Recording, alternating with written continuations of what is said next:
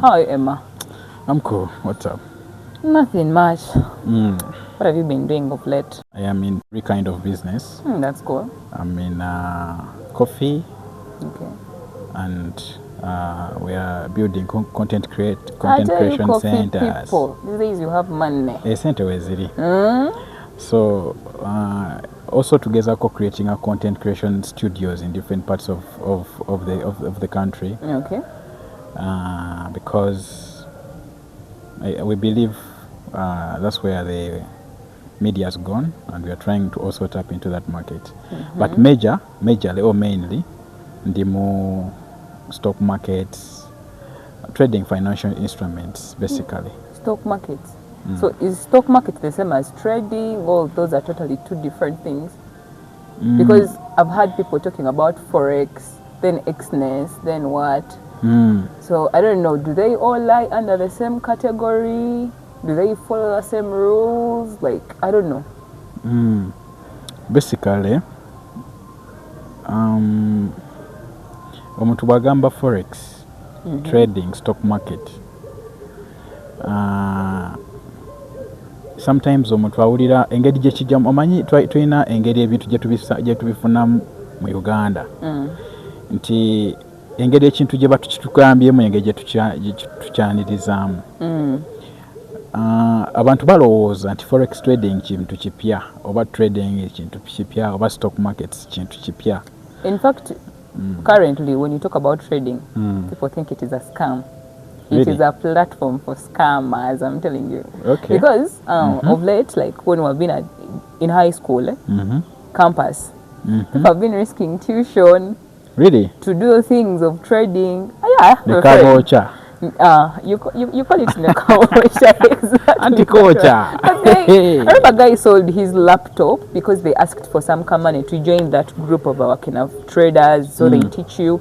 They even have those books. They give them. You read more about trading. At the end of the day, guy anti-kati olaba byebyo ate mwatunga olaba nti olwe lugendo, that's the journey, lwakuba tekina babo ekityo. Nera nga bwegambe nti ekintu engeri gye kibeera introduced engeri gye tukyanirizamu. Kati bebamu n'aba super life. Kati that is network marketing. Oh, ebyawukana. Yes. Okay. So let me just give you a genesis of this thing. Like, internet started in 1988, around 1982. That's what data is telling us. When you go and find and search internet, like globally 1982. Internet ekyali young. Okay. You just Google and see. Google and ask, when did the internet start? Like officially. When did internet start? 1983. January 1st. Oh. January 1st, 1983. Born New Year's badge celebrating exactly. Internet. But do you know the first stock market? When it started? It is 1600 something. You ask, when did the Dutch East Indian Company start? 1602. Now, the stock market is older than the internet. So church badengawo. Yes, but the question is, how were they trading without the internet? These guys needed to trade. The Dutch, the Netherlands. Okay, twaita Abadachi. Baberanga barunyanja. They used to transport people on the sea and the oceans. Ngabatwala trade masters. I remember those trades. The monsoon winds. Okiraba azukidde. Kati abo bali batusomesa katale naye nga nabo tebamanyi kye batusomesa. Oba okitegeera, because that is the history a trader needed to learn by that time. Okay. Bana abantu ne balaba nti gold abeera wano, baslave babeera wano, ivory abeera wano. Ne bajja ne bagamba abantu baabwe tusobola okukola ki okusuubula. Kugamba ekirungi kye baali balina nti bo baali batambuze. mu kutambula okwo ng'asobola okuzuula nti kino kiri wano n'asinga kuwona asigadde eka nga kati asigadde eka nga talinamu kasente kati nazzaayo obubaka exactly n'amugamba kino nakizudde nno kiri wano tukoze tutya exactly kati ekitegeeza nti n'emweno trading gye tulina kati temulina kintu kiri specific nti mu tradinga kino tukirina naye nzija kati bwe nakuwa background ya Dutch East Indian Company kigenda kuwa okulaba really what should you be trading and why and which reasons oba kitegeera bano abantu bali tebalina ssente naye nga ate bamanye maali weeri nga ate bamanye neyogitunda kubanga batransporting abagigula negye bagitwala so ne bagamba bane mutuwe ssente twetaaga miliyoni 10 naye bwe tutunda miliyoni bwe tugula ebintu ya miliyoni 10 tujja bitunda miliyoni 25 oba 3 atuwadde miliyoni 1 nga n'abakozi babwere bajjanga mu baddugavu ne bano n'abasire okitegeera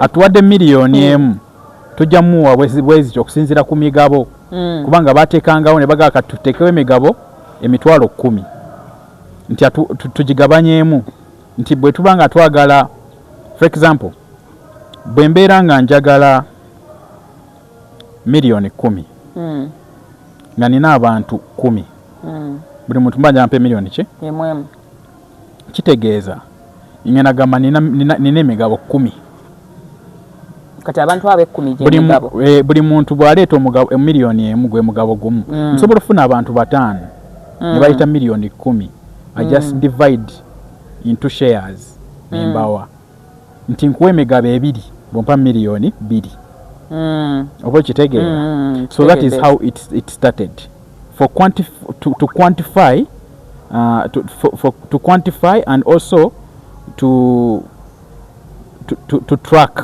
record on the money nti no ampadde emitwalo 2 aleme ate kufuna kyenkimu n'owa miliyoni 1 kituufu so bwe batyo bakitandikira mwattu bino bye tugenda katale bino bye batugamba mbu kati gundi atunda shares mu company bwe kityo gundi atunda shares mu company kyekyo naye ng'asinza otteekamu era yasinga okufuna kati awo ntandise okugatta kale wadde ka entrepreneurship nako any company can be on the stock market okitegeera even a company like what does it have to be stock of anything provided evaamu sente company antikati first of all stock market oba stock kyeki njagala nkunyonyola stock kyeki very simply Renzori ono lwakuba nti I hear nti Renzori is in Coca-Cola right now that's what I hear yes kituufu but if Renzori was a company and didn't want to sell into Coke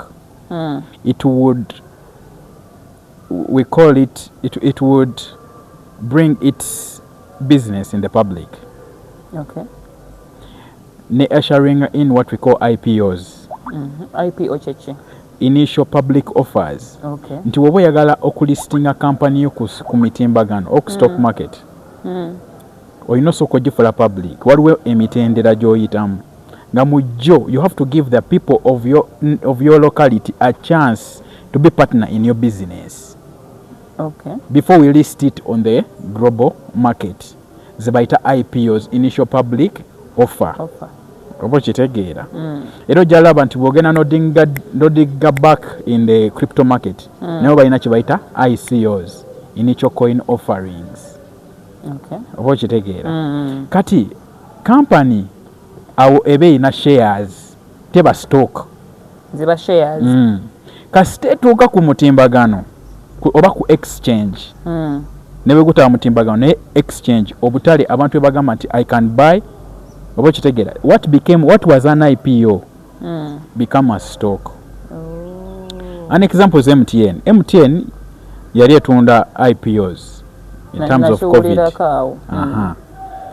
MTN ngetunda kati nga bagamba nti oba stock oba share emu yalimu IPOs oba zalimu IPOs meka I remember nga n'emitwalo 10 ogula IPO n'emitwalo 10 ogulanga IPO so let's take an example nti wagulanga IPO 10 okuweza share emu oba kitegeera kati bwe kigenda ku exchange ebadde IPO efuka stock oba okitegeera era ne value yayo ekyuka esobola okugwa oba okwambuka determined by the circumstance in the market oba okitegeera so that is how the stock when it comes on the platform or when it comes into the market and what was an IPO becomes a stock. Now it becomes a stock. It has entered into a stock market. Kubanga mulimu Obutale company nyingi nga za stock. Kati ngabo nagamba a cattle market. Oba kitegeera. Kati mu bufunze enebera water market kwa kati tulina aba Renzori, tulina aba Yaketi, tulina aba IC. That's a beverage market. Tulina beverage market. Yes. So all this is stock. Yes. Okay. Kati wakuba nti abantu tebaga kwawula certain what, but we have different markets though we have define ekifo mwe tulina zisanga, but we have cosmetics market bichi zokwati ziri ku platform sobola okulinya esobola okugwa. Yes. Olaba obuleti bwe tubatambula mu mamotoka wano bana abatunda amazzi ku makubo n'ebyokunywa olyajja gweno kwiro lyagamba nza tali Renzori sinywa okitegedde nalabyewo ne yagambye mbugwe Harriet bulijjo weeraga kankunywa ntegeere kankunywe naye nasese banna so olwaleero because of the internet sente ebbaluwa gye wali badde owa post bank okuweereza osindika email simu kyangu nnyo n'obutale bwe buli oba okitegeera we found ways of how we can trade the same thing we do physical online to number one to usher in speed because it's faster, saves time oba okitegeera. Number two kati olaba tuli wano ene simu oli mugikozesa naye wali wanoonya essimu nga bweri kati ngaagala gigula netakumanyi naye tomumanyi kituufu oba okitegeera ate nawe olina essimu gy'osobola okuba nga oyagala okugula nga ne ssente zayo ziyina naye nga tomanya agiyina kati akatale kikakola nti oba ng'ogikooye ng'ogiteekamu in what we call bidding. Yes. Oba okitegeera ekya bidding nkitegeera n'oli naye ng'agiteeka on the same platform n'oli naye aleeta ssente ze on the same platform at highest bidder yatwala kati oyinza oga bulaba naye akasente kyakakabuze akasente kyakakaluddewo okujja waliwo akalina n'ogamba nti kankendezeekoko mu bbeeyi n'otuuka ku bbeeyi ono. That's why at all time, at every moment, apart from weekends, the market is open and people are available to buy and sell at any time. So kati awo wawensasirira omuntu ali mu business eno naye nga tamanyi byafaayo ebyo oba nga yabisoma naye nga yabikomya mu class nga tebamubuli yabitegeeza ki in the financial market, the financial world. Obuzibu bwe tubifunyemu kati olaba obudde buno tulina emitimbagano nga TikTok. TikTok okwo tebagenda kugana kwogera kyoyagala provided you're not violating the rules. Naye olina essimu olina data omanyi okwekwata omanyi banyiga essimu nti ye buli omu agenda kujja ku information wuwe bwekiri ababifunyeemu abatabifunyeemu kati osobola okuvayo n'ogamba bannange trading mulungi bwati bikinga kyoyogerako kituufu gwa kuzimbye naye olina jana agamba olwokuba ye bamuscamming najja n'agamba tukikola. Of course waliwo bangi of course ne ku TikTok yange waliwo gwe nali ngezaako okuyamba nali siri mu kudefendinga omulimu guno tegwetaaga kudefendinga by the way kubanga ogukola mukasiriso obanga nkoko ebiika it defends itself. Buli kintu kyonna nga kirina result tekyetaaga defendinga just produce results. Yes.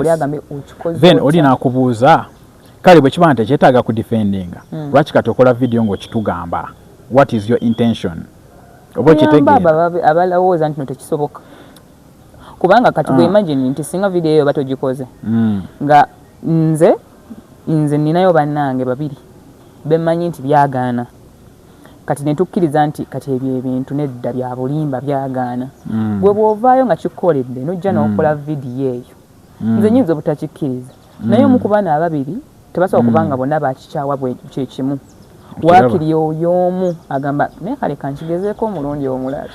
Ate nga bw'otunuulira vidiyo zange ku TikTok natandika dde okwogera ku bintu bino era vidiyo zange gye ziri since 2000 and what 22 21 oba okitegeera dda. Yeah, So nayogera dda ku oil ne mbagamba oil agenda kwambuka. Wow.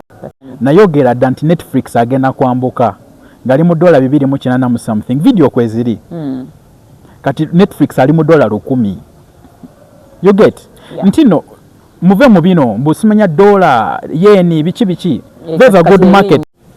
And when it comes to my YouTube, I have a video of over 2018, 2019 talking about these things. Professor Vijay.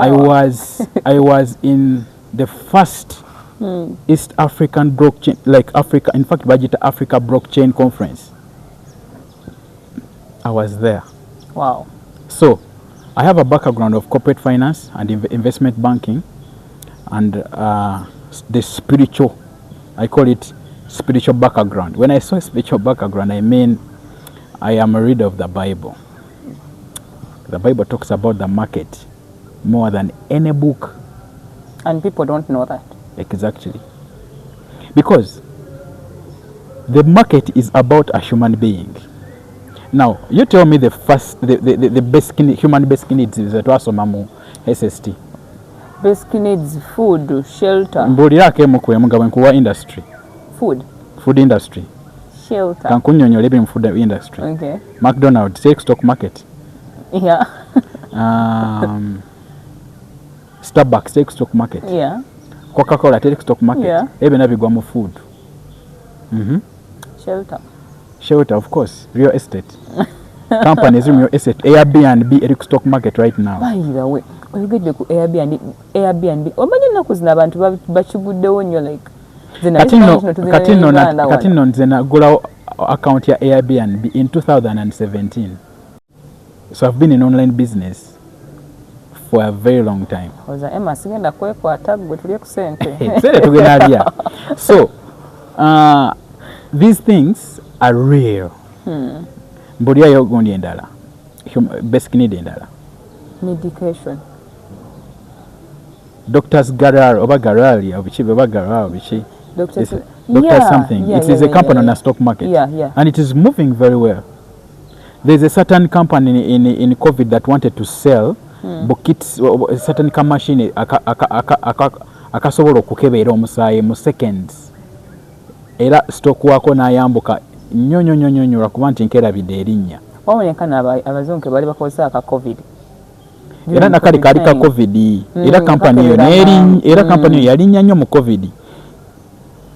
Mpayo endala human basic. Textile industry tozimanyi. Ako katale. Ate ekirala ki? Yongeramu neze batatuwa. Kubanga kati electricity is a basic need. Data is a basic need. Telecom companies. To me, banage data. Electricity. Tesla electronic vehicles, EV companies. Yeah. Ne companies kola solar kwa ziri ku stock market. Banking. So, everything is on the stock market. Everything. The market is about a human being. Every company that gives service to humanity is on the stock market. Talk about transport. Talk about airline companies. Everything is on the stock market. Singa safe border. Yaina capacity. Neba financial advisors. Abali credible. Era abali abewala. Era abasobola okusaka sente mu butalo obulala. Yandebadde ku stock market right now. Yeah. Oba okitegeera. I don't know what's happened. Nti oli nagamba nti no trading is a scam. No mugamba, why are you having shillings in your pocket? If trading is a scam. Because stock market, in fact, forex is a scam. No mugamba, why do you atibagamba forex is a scam? Because atibagamba trading is a scam. It does not even need to go in the market to buy tomatoes because that is trading. Some SST trading is the exchange of goods for goods or services. Ate bwe tuba tuli katale tukola ki? So So abantu oli nakubuuza oyinza otebba ne $100 n'okola 1,000 mu mwezi. Ekyo kibuuzo kirungi kubanga mu katale akali ordinary bye tebiriiwo. Nobeera na biki $100 oli akuga because omuntu asobola okukwata $100 n'akola $10 omwezi. Oba okitegeera lwakuba nti nze sikiwagira nti beera n'ekyo ekifaananyi. Oba okitegeera akatale kalimu kye tuyita leverage.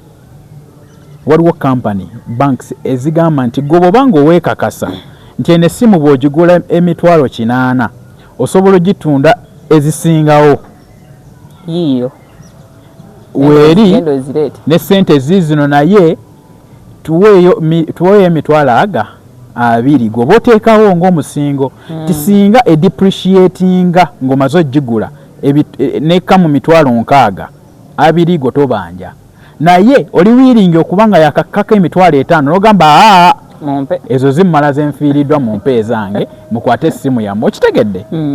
That is how the market works. Mulimu companies is willing to give you money to buy what you know is gonna make money for you, which is not available in the ordinary market. That's why they say tekitegeeka kubanga tewali muntu gwe bafunye asobola kibanyonyola mu language gye basobola okukola ki okukitegeera kubanga n'abamu abakikola tebamanyi nakyo kitegeeza bawulira buuzi leverage awulira munne nti yamusomesezza nti kati bwe zituuka saawa eziti ng'okirikingawo olabe ekiddako naye nga tamanyi nansonga lwaki abakirikingawo. That's it. We tunaakomawo because this is not the first time we are having this discussion. Tetusobola byogera tubimalayo. Naye mu butuufu binyumidde. Tujja kwogera ku the crypto market. Twogere ku crypto market erimu bino bya Bitcoin. Yes, tujja kwogera ku the crypto market. Twogere ku that's technology. Lwakuba nti abantu balaba the coins.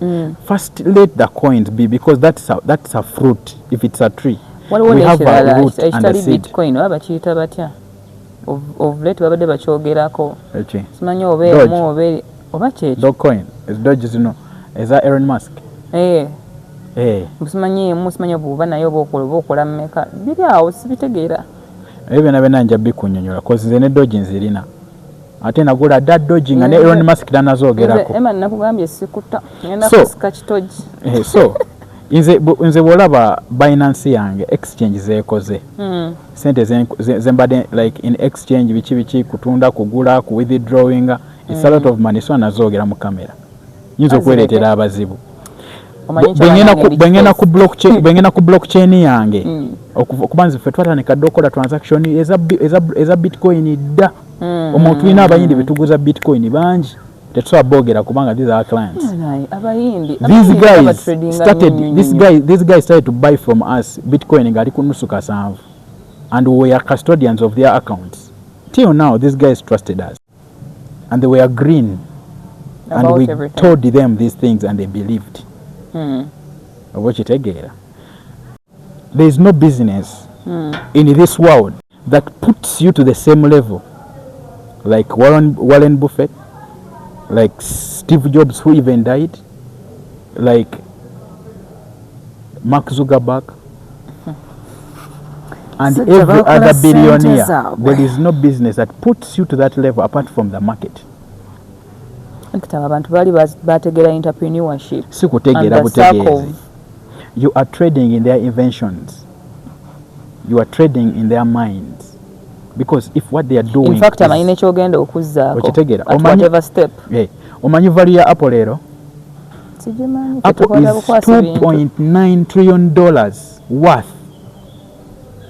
What is your GDP Uganda? Mulimu $40 billion. Kati naye ng'ogamba akatale scam. Teweetaaga fuluma ggwanga. Weetaaga ku trading obweru waalyo ng'okozesa essimu gy'olina. Era ne data osirike. Nkaddemu. Teweetaaga fuluma ggwanga kugenda kuba kyeyo. Weetaaga kwata ssimu yo n'otradinga wabweru waayo n'okwata ssente ziri e Bulaaya n'ozizza wano. Kaddemu gumu amagezi gazze. You don't need to leave this country to look for money. You get? Those who are outside, I'm not crucifying them. Siri mugamba nti kyabakola kifu. Buli muntu alina engeri Katonda gyamuteekateekamu. But if you are looking for opportunity, nga Museveni akuyambye n'akuleka akatale kabe nga tekaliiko bikatawaanya. Oba okitegeera? Trading akatale ogende maaso. You don't need to leave the country to make money. The only problem is abantu knowledge ali ku katale ali ku YouTube and with other educators abasinga obungi. It is knowledge to teach you how to fail in the market, because bwe tujja mu value chain ya katale tulinamu industrial companies in finance nga banks ne banks nga banks tulinamu bwengamba industrial companies in the market. Banjogera ku hedge farms, banjogera ku insurance companies, ebintu ng'ebyo. All those companies invest money in the stock market. Then banjogera ku ba brokers platforms kwetukozesa. Then banjogera ku ba retail traders ngafa balina sente ensaamusaamu. Kuba bali bateekamu billions of money, industrial traders. Oba okitegeera. Yeah. And naye mu eyo value chain mulimu bayita ba educators. Kati ngaffe we are traders but we are also educators. Yeah. So kati ba educators abasinga obungi education go ba feeling mu bantu ba blockers baba wa sente ba educating kati yaba akolera sente tafa kukicisha agenda kuwa kati aba ina kukolera mukama we kyakola ki kyayagala kinganga wona funa obuyambi bw'omuzungu naye nga buliko buki obukwakulizo okitegeera kubanga gwe bw'oyingira akatale n'okolayo $2 ng'obadde ne $3 ogenda gamba bikola n'ozijja nayo konolyako kati bozaayo ekikumi ne zifa ojja gamba naye lwinakoze badde musobya kituufu obadde musobya naye lwaki obadde musobya ate ng'oddayo ku knowledge w'abano gwe bakuwadde onoonye ensobye ate balina ne answers ng'oddamu ati ngo you feed yourself with more trash ng'oddayo mu katale ng'ate oyokya endala nga bakusabula oba okitegeera. So because you don't know the dynamics of how the business work, that business osobola okusuubula emmwanyi e Masaka mu mwezi ogwa January tezibaamu bulungi, zibaamu naye tezibaamu bulungi, baba bamazizaamu ziba za bbeeyi. Kyokka oba wakazisuubula n'ozitereka ate nga tujja mu mwezi gwa Maachi, April, June, ate ng'emmwanyi ek'ebbeeyi ebadde yogumu ekitundu kati ng'efuuka yagumu 1,000 obeera ofiiriddwa 4,000 ku buli ki ku buli kiro kati ng'ogyogamba nti emmwanyi sikaamu. Okitegedde? kyokka nga tewaliwo neiba wagamba nti wagulidde mu budde bukyamu. Buli business erina that element as long as it is a what? It is a business. Anyway, byo ebyokumanya tulina bingi kakati tulinawo kino nti nga bw'omanyi Uganda oyinza obutagigeraageranya nnyo na nsi ziri nnene, tutunulira ku nsi zino ziikabejja tulina ensi nga America, ensi nga Russia, ensi aba basinza okukola mu bintu bya kale nga balina sente nti kino bano be bakikola mu Japan yakoze kino, mu China yakoze kino, kati of late bali mu kulwana. Omulayi Uganda gyagamba kasita minza tebazikuba waffe agamba twabagamba ate bayinza okwogerera bakadama bangi twabagamba temugenda mujja kudda musaaga oluka video kenalabye oyo agambye nti bomu ne bwezitulika zitya siddayo siva mu ddungu baina abantu nze nga abo sibanenya buli omu aba n'embeera eyamunyigiriza n'atuuka ku mbeera eyo. Naye kati osanga kati nze ndi mukwogera muntu kati munnansi ali wanali eri mu kyalo abamu tebamenya kumanya nti ezo ensi zirina mu kulwana. Ekimu ku bintu ebinsindiikiriza okukola vidiyo zenkola n'okwogera katale nti ndaba gye tulaga maaso eyo ebintu bye tusomesa singa abantu tebabimanyeeko oba bimanya bagenda kunyigirizibwa nnyo kubanga ensi eri mu kukyuka. Maaso eyo engeri gyowaŋŋanya nti oyagala twogere ku bintu bino for some time we should make this episode. Nja kukubuulira how economies have been how they have been changing with time. do they call it evolving? How they have been evolving. Nkulagena lwaki oyagala toyagala olina okukwata ku crypto as money at one day. Utakikole mutabani wa yakikola but kirabeewo mbudde bwa mutabani wo muzzukulu wange. But in your generation, one time your shillings will not be relevant. Your fiat money will not be relevant anywhere. It's not a scare, it's not what. It is the reality because we are using gold. We are using paper now. And I believe you have transacted more money on mobile money than physical money. So, so yeah, olaba ne airtime okutakula yava. Okitegeera. Naye omanyi abantu bamulwanyisa. Tebagala shifting. By the way, I understand sometimes when noise is made because there is a place of shifting someone is conscious to something else. At one time, okitegeera. Abawulira ng'omunyigiriza. TV okuziza ku digital. Waliwo n'abaazeetika nga beekalakaasa nti tetujja oba okitegeera. So we are very wrong? No.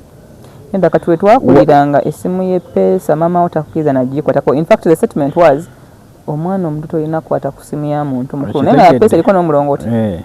Naye obudde buno baboomanyi b'abaana abato ewammwe omwana akuzanyira game omwana akola everything on the phone. Tabu zaabwe tomunyumiza simu yo. Okitegedde. Kakati okudda mu kibuuzo ky'olutalo lutu affecting 100%. Njagala nkujjukize nti between 2019 and 2022 olutalo lwa Russia lwatandikawo. In fact between 2020 and 2022 Russia Ukraine engano yali ya mmeka before mu 2018 2019 engano yali ya mmeka yali ya 5-5 because right koza Azam yaliwo Pembe yali azze ne Pembe yali azze. Pembe yali w'amaanyi by that time. Pembe yali yakajja yali yakajjanga w'amaanyi. So ne Supreme yali azze. Engano yali ya 5-5 2018 5-5 kati ya mmeka tugumo something. Ate kisinzira brand gy'ogula. Kale brand gy'ogula naye kyemmanyi Azam ya Azam yasinga ebbeeyi alinga oba ku 210. Emmanyi erimu 2 egondi engano erimu 2 teri muntu 7-5 like ngoguze like paketi eringa mu 7-5 mu 8 7-5 what happened because buli nsi eba nekyesinga okukola kyesinga producing okusinziira ku kirabo ky'obutonde bwayo. Ukraine ne Russia be basinga okulima kye bayita wheat grain omuva wheat flour. Bwe baba nga balina entalo abalimi bagenda kubeera batidde tebajja kulima bagenda ba mu dduka biki ensi endala yes gyeziri zikola wheat naye ate bano be basinga okuproducing omutindo omungi n'omungi. Exactly.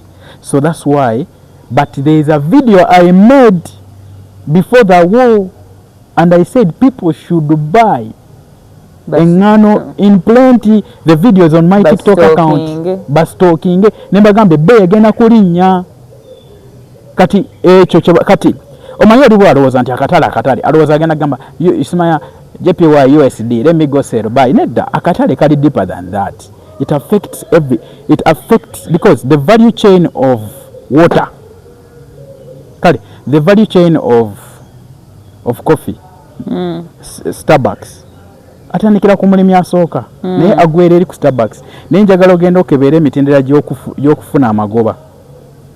Omulimi afuna sente tetuganye naye tasinga exporter. Onafulumya exporter tasinga roaster tasinga wa cafe. Oba okitegeera kulama kiringa bw'onagamba nti gye bakoma okukikyusa ne kibeera nga kiri consumable waggulu ne value okweyongera. In fact it is an element nti amata ente osobola okugigula ente ya bbeeyi naye ate n'ogula ekikopo ky'amata liita y'amata kati yeri ku sente meka? Liita y'amata teri ku liita y'amata eri era 1,200. Kati naye osobola okugenda n'ogula gundi ice cream wa 1,200. Okitegedde ate nga ice cream avudde mata kati gontegeera kati kyekyo okitegeera. That's it. Kati akatale kyekifo kya ice cream oba yogurt ow'amata. Nti nno wano wewali sente ezaddala ate ekyo bakibisse omufirika. In fact bwe gyemugamba nti scam ng'omuzungu agamba anyenyako nekkage balina engeri gye batula nga asazeeko n'anyenya. Waliwo omuzannyo Elon Musk gwe yazannya naye Elon Musk mugezi. Waliwo omuzannyo gwe yazannya.